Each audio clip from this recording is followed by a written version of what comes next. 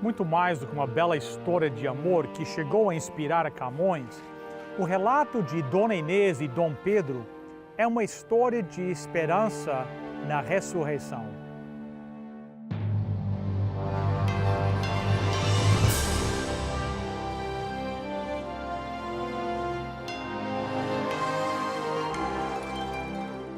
Venceu a prova do tempo. O livro de Deus, a Bíblia, ainda relevante neste mundo complexo. Está escrito Canadá, partilhando mensagens de esperança ao redor do mundo.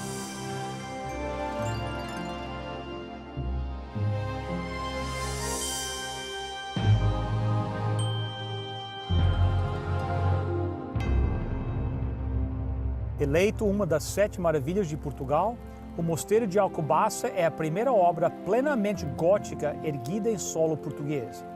O início da construção se deu no século XII, tendo assim a sua história confundida com a própria história da nação portuguesa. Devido à sua importância, encontram-se aqui vários túmulos de pessoas ilustres e distintas. Entre eles, os 2 esplêndidos sarcófagos de Dom Pedro e de Inês de Castro. Dom Pedro foi filho do 7º rei de Portugal, Dom Afonso IV, e de Dona Beatriz de Castela. Em 1340, Dom Pedro casa-se com a princesa Dona Constança Manuel. Dizem as crônicas que Dom Pedro teria ficado enamorado da dama de companhia de sua esposa, que era a Dona Inês de Castro. Com a morte de Dona Constança, ao dar à luz ao futuro rei Dom Fernando, Dom Pedro assume o relacionamento com Dona Inês de Castro, gerando então um escândalo enorme. Dom Afonso IV, temendo a influência da família de Inês e a sucessão do trono, decide assassinar Dona Inês no dia 7 de janeiro de 1355. Furioso, Dom Pedro se revolta contra o seu pai, que veio a falecer 2 anos depois.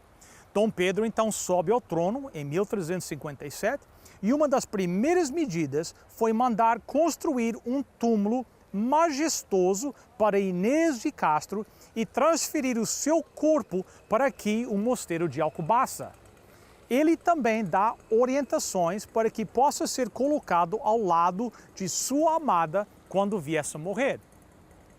Conforme alguns conhecidos, existe no túmulo de Pedro hoje a inscrição que significa até ao fim do mundo.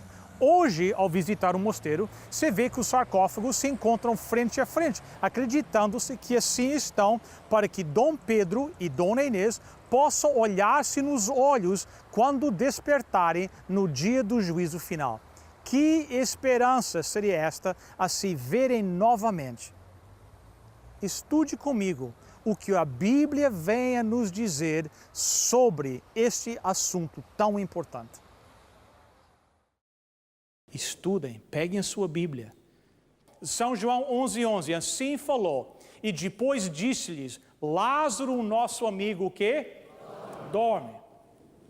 Deixa eu dar um pouquinho de background aqui. Algumas pessoas chegaram até Jesus e disseram a Jesus que o seu amigo Lázaro estava muito doente. Antes que Jesus pudesse ir ter com ele, Lázaro morreu. Então Jesus diz para os seus discípulos, deixa eu voltar aqui mais uma vez.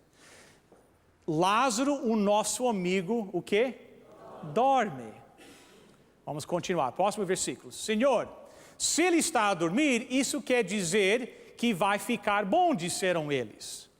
Mas o que Jesus queria dizer era que Lázaro estava o quê? Morto.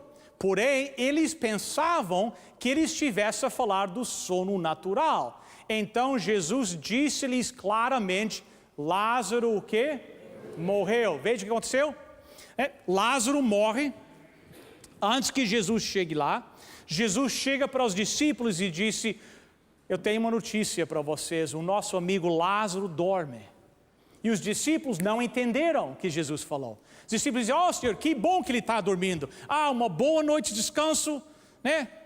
Um prato de canja, ele vai estar logo vai estar melhor. Que bom que ele está descansando. Mas a Bíblia diz, não, mas não era isso que Jesus estava querendo dizer. Eles não entenderam. Jesus estava falando da morte de Lázaro. Eles pensavam que Jesus estava falando do quê? De um sono natural. Então Jesus teve que dizer claramente para eles, Lázaro morreu. Veja na sua Bíblia. Veja o que a Bíblia diz. Você não vai diretamente para o céu, não vai para o inferno. A Bíblia diz que os mortos dormem. Eles dormem até que Jesus retorna para os acordar. E era exatamente isso que os irmãos de Lázaro acreditavam. Vejam versos 23 e 24, mesmo capítulo, São João capítulo 11. O teu irmão vai ressuscitar, disse Jesus. Jesus não disse, não se preocupe, teu irmão está no céu. Jesus disse, o teu irmão vai o quê? Vai ressuscitar. Marta respondeu, eu sei que ele vai o quê? Ressuscitar quando? No último dia. É isso que eles acreditavam. Se a teologia delas tivesse errada, seria uma oportunidade para Jesus corrigir a teologia deles. Não era? Seria uma boa oportunidade. Dizer, não, vocês estão confusas. Não, ele já está no céu. Jesus disse, o teu irmão vai ressuscitar. Elas disseram, eu sei, Senhor, eu sei que ele vai ressuscitar no último dia. A Bíblia nos ensina que quando nós morremos, nós dormimos. E o que parece um instante passa. E quando você abre os olhos de novo, o que você vai ver? Jesus Cristo voltando em toda a sua glória. É isso que a Bíblia ensina sobre a morte. Verifiquem, estudem por vocês mesmos. 1 Tessalonicenses 4, versos 15 até 18, diz o seguinte, ora, ainda vos declaramos por palavra do Senhor isto, nós os vivos, o que ficarmos até a vinda do Senhor, de modo algum precederemos os que o quê? Dormem. Porquanto o Senhor mesmo, dado a sua palavra de ordem, ouvida a voz do arcanjo e ressoada a trombeta de Deus, descerá dos céus e os mortos em Cristo o quê? Ressuscitarão primeiro. Depois nós, os vivos, o que ficarmos, seremos arrebatados, que? Juntamente com eles. Quem eles? Com os mortos ressuscitados. Entre nuvens para o encontro do Senhor nos ares, e assim estaremos para quanto tempo? Para sempre com o Senhor. Consolai-vos, pois, uns aos outros com estas palavras. A igreja lá em, como é que se diz? Tessalônica, em Tessalônia. A igreja lá em Tessalônica estava esperando a volta de Jesus. Enquanto eles esperavam para Jesus voltar, alguns dos seus membros, dos seus irmãos, foram morrendo. E eles começaram a pensar, que pena, irmão fulano de tal, irmã fulano de tal, não vai estar aí quando Jesus voltar, eles já dormem. O que vai acontecer com eles? E Paulo escreve para eles, não se preocupem. Não se preocupem com aqueles que já dormiram, porque Jesus vai voltar um dia. E quando ele voltar, ele volta com a voz do arcanjo. Ele volta com um grito. Ele vai voltar com o som da trombeta. E a sua voz, todos aqueles que morreram em Jesus Cristo vão ressuscitar mais uma vez. Irmãos, para o cristão a morte não é para sempre. É apenas um até logo. Até amanhã da ressurreição. Essa ideia que a nossa alma vai para o céu, isso apenas entrou na igreja cristã muitos anos depois. De certa forma é uma ideia um tanto recente na igreja cristã. Em Atos capítulo 4, Pedro e João estão pregando, veja o que diz. Pedro e João ainda estavam a falar ao povo quando chegaram alguns sacerdotes, o chefe da guarda do templo e alguns saduceus. Em outras palavras, os líderes religiosos. Pedro e João estão pregando, os líderes religiosos chegam lá. E eles ficaram muito o quê?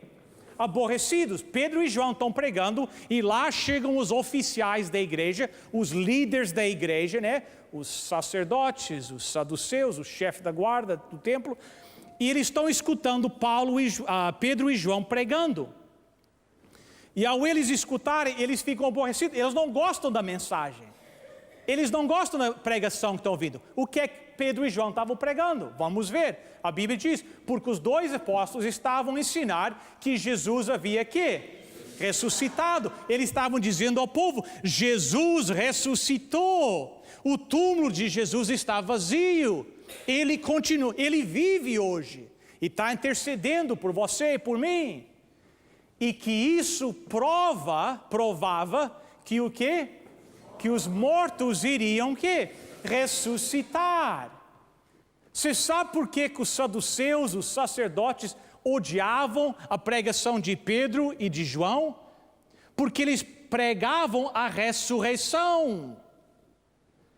Você pode examinar, veja lá no livro de Atos, procure um lugar onde Pedro diz que quando a pessoa morre, ela vai para o céu. Pedro não pregava isso. Por quê? Porque isso não é os ensinos de Jesus. Jesus não ensinava isso.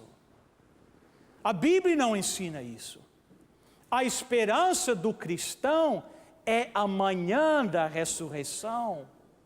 A esperança do cristão é ser acordado daquele sono temporário, aquele sono da morte, e quando abrir os olhos, ver a Jesus Cristo. Essa é a esperança de todos os cristãos. E tem sido durante mais de 2000 anos. 1 Coríntios 15, 51. Eis que vos digo um mistério, nem todos que dormiremos, mas seremos todos o quê? Transformados. Você vai ser transformado. Eu vou ser transformado.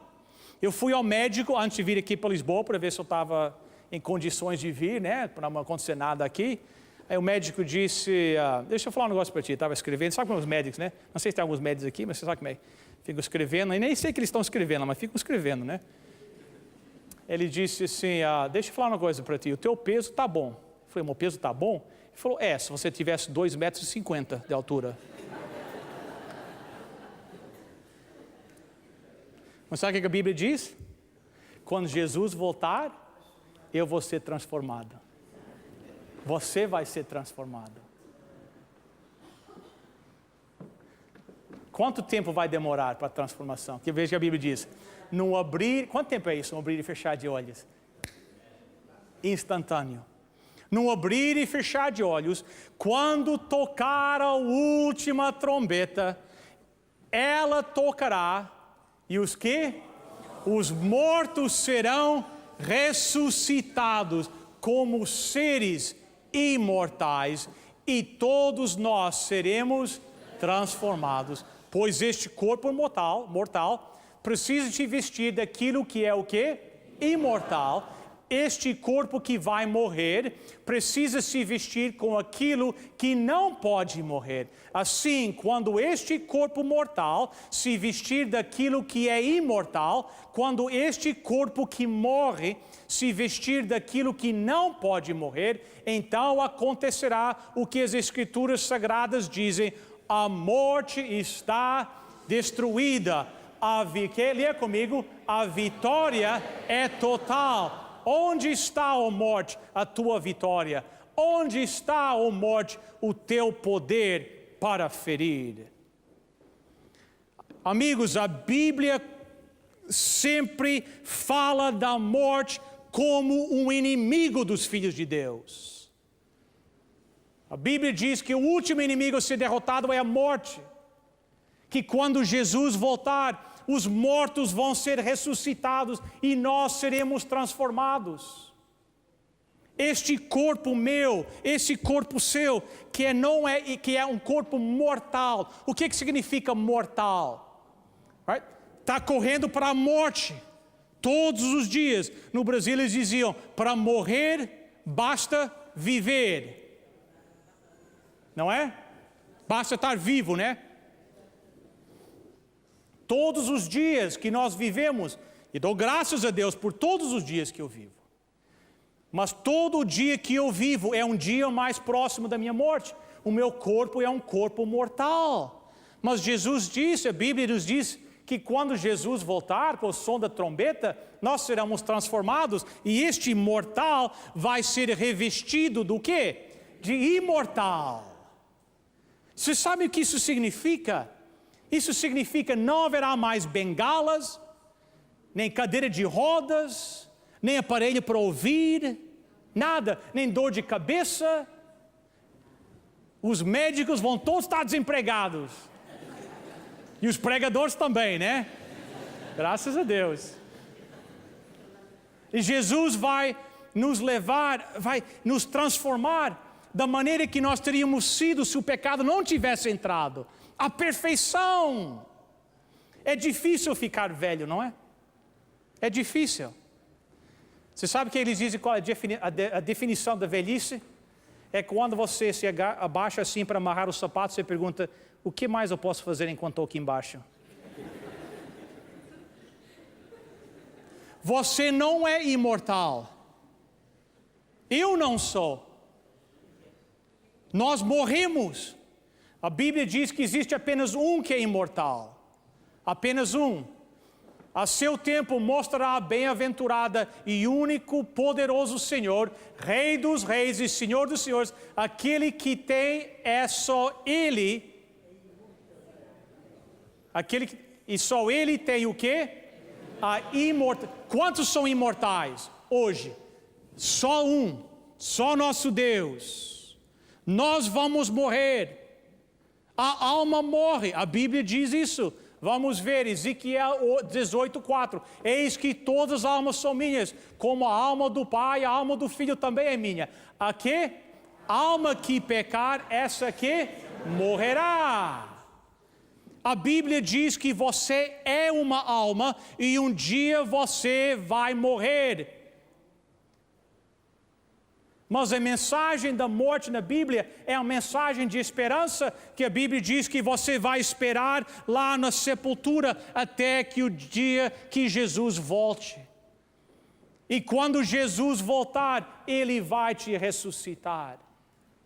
Esta ideia da alma, dessa confusão com a morte, entrou na igreja nos períodos escuros da igreja, quando a igreja tinha se afastado da Bíblia. Realmente eram os ensinamentos de Plato. Como é que se diz em Plato em português? Platão? Ele ensinava algo chamado dualismo grego. Ele dizia tudo que tinha matéria, tudo que você podia apalpar era mal. Mas tudo que você apalpa, por exemplo, este púlpito, né? Este palco, o banco, você apalpa, tem matéria, isso é mal. Mas aí fora tem uma réplica disso que é perfeito. Então, esses são os ensinamentos de Platão, pode estudar. Então, essas ideias começaram a entrar na igreja, aí veio a ideia, eles pensaram, bem, o nosso corpo tem matéria, você pode apalpar, então isso é mal. Mas aí fora tem uma réplica, daí veio essa ideia dos fantasmas da alma. Mas isso não se encontra na Bíblia. Isso não é um ensinamento bíblico. Lucas 23, agora, deixa eu parar, estou terminando, vou passar 2 ou 3 minutos aqui. Existem alguns versículos que as pessoas usam para tentar reforçar uma teologia que diz que quando você morre, você vai para o céu, imediatamente. Um desses versículos é esse aqui. Encontra-se em Lucas 23. Vocês devem conhecer. Então disse Jesus, falando do ladrão na cruz: Jesus, lembra-te de mim quando vieres como rei. Jesus respondeu: afirmo que isto é verdade, hoje estarás comigo no paraíso. Aparentemente Jesus está dizendo ao ladrão que naquele mesmo dia ele estará com Jesus no paraíso. Mas se esse é o significado deste versículo, então vai contra todos os outros versículos que falam que a morte é um sono. Então tem que ter algo errado aqui, algo diferente, tem que ter uma explicação. E quando você analisa isso, você vê que tem 3 problemas.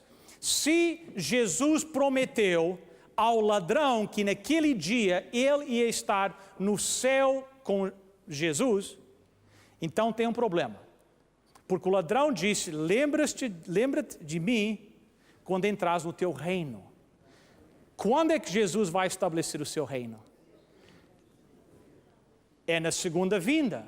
Veja Mateus capítulo 25, verso 31. Jesus terminou dizendo, quando o Filho do Homem vier como rei, com todos os anjos, sentar-se-á no seu quê? Trono real.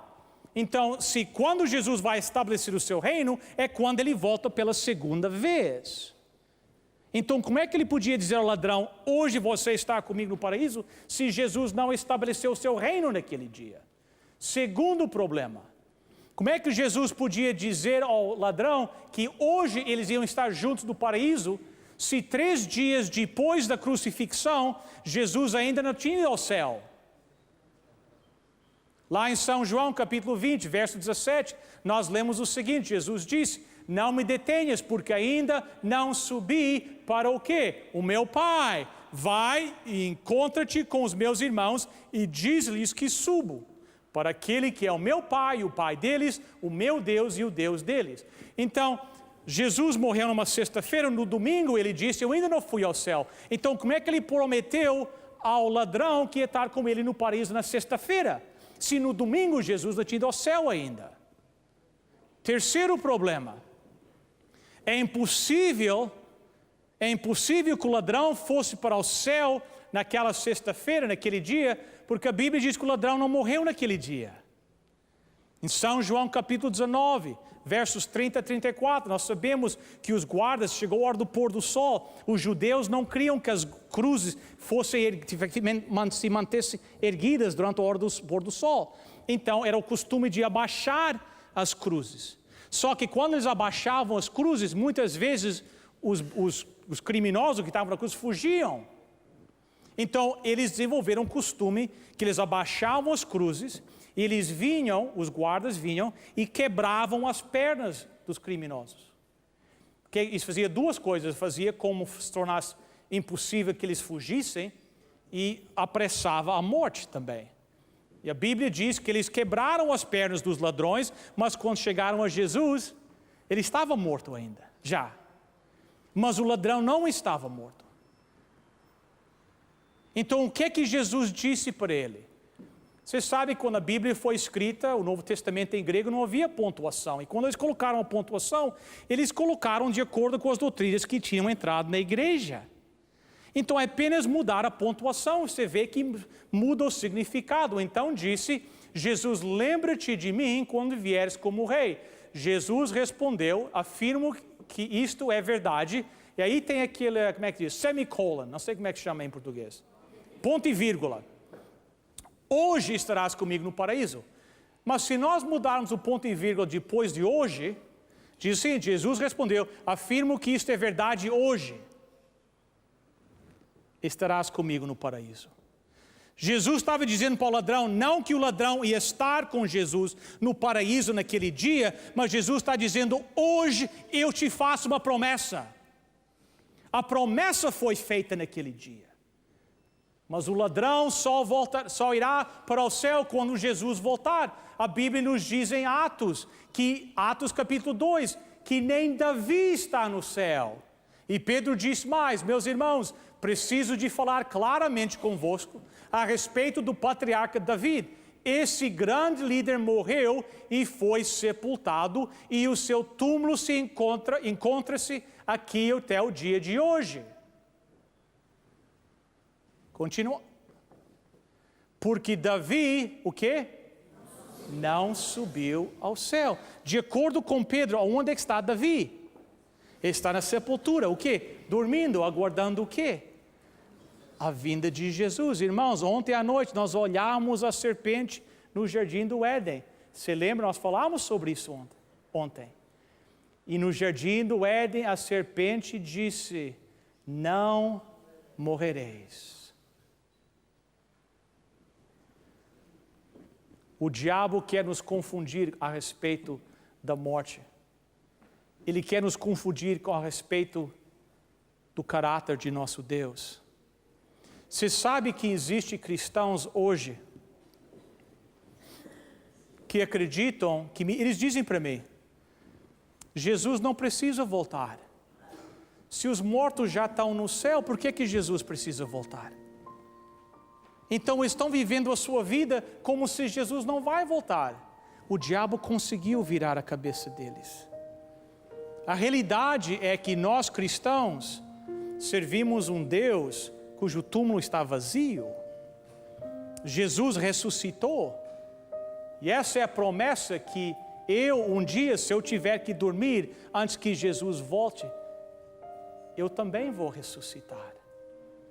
Essa é a verdade bíblica.